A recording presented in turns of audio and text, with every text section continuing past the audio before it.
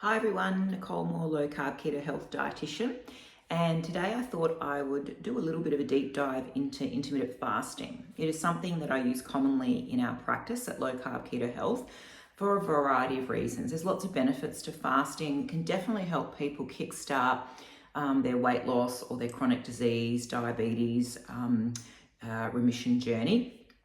There are some great benefits in terms of improving insulin sensitivity and reducing inflammation in the body. There's also lots of benefits with what we call cell autophagy, and basically what that means is if the body has a longer extended window of not eating, it can actually help break down really bad protein in the body and help regenerate it, and that may have benefits for anti-aging and anti-cancer. So it's a really great tool to put in your low carb toolbox.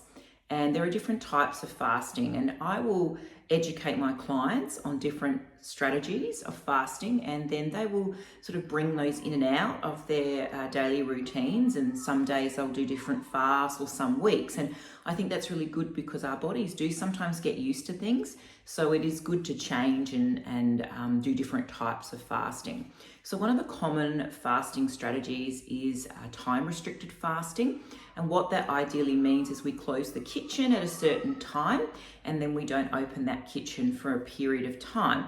And so that might be what we call the 16-8, which might be that you close the kitchen at 6 o'clock and then you might not open that kitchen till say 10, 11 o'clock and get sort of a 16-hour fasting in.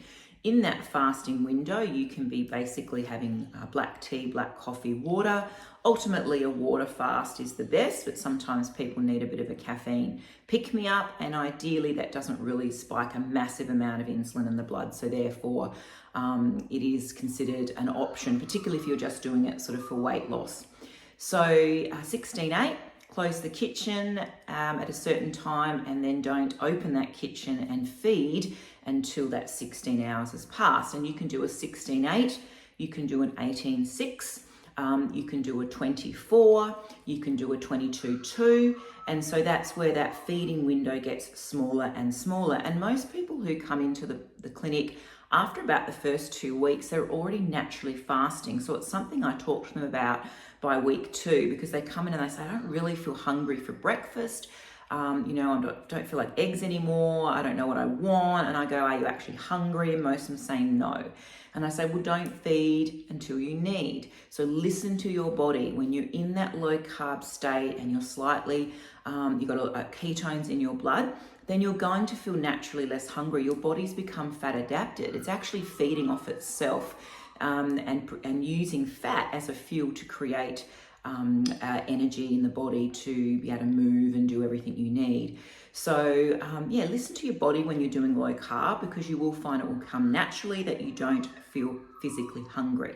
So time restricted fasting is a really good, easy one to sort of bring in, and it's usually the one I start with. And as people progress, they sometimes might even throw in once a week, and I wouldn't recommend it too frequently, but once a week, what we call an OMAD. And basically that's a 1 meal a day, and you're almost going into a 24-hour fast there, because you might eat at 6 p.m. say tonight, and then you'll just do black tea, black coffee, maybe a bit of bone broth through the day, and then you eat at 6 p.m. the next night. So you're eating 1 meal a day and you're getting a really long window of up to 24 hours. And again, that's another really good one to sort of bring into the mix. And it might be that you've done, 3, 16-hour or 18-hour fast, and then once a week you might kick into a OMAD or, a 1 meal a day. And it's just good to change things up. There's also where you should have a feed up day at least once or twice a week. So if you're doing these time restricted fasts and then once a week you do an OMAD, 1 meal a day, it is still good to have 1 or 2 days where you feed up. So I tend to do OMAD once, sometimes twice a week, and then I'll do some 16 or 18 hours where I'm really only doing 2 meals. But then always on the weekends, Saturdays and Sundays, I feed up and try and sort of have 3 meals. I might even actually, throw in some snacks just to sort of restructure the body and not let it get used to those time restricted fasts. So that is what time restricted fasting is, and it's a really good tool to use. You can also do nutrient restricted fasting, which is technically what we're doing anyway, where we're actually including time restriction, but we're also taking out carbohydrates, and that's a nutrient restricted fast, which we're already doing naturally on low carb anyway. So the other one is calorie restricted fasting, and you would have, Michael Mosley brought out his 5-2 and he's got the 800 keto. And really what that is about restricting the number of calories. Now, some people do a 5-2, which is 500 calories twice a week, thus the 5-2. And Michael Mosley originally introduced that with just eating what you want. So he included carbohydrates, but you would have only 500 calories.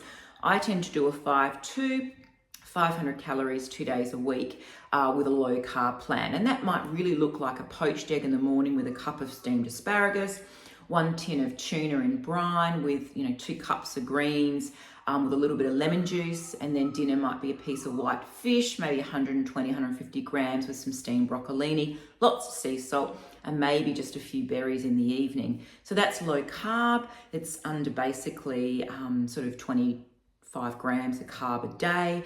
And what I just mentioned there is around about 500 calories.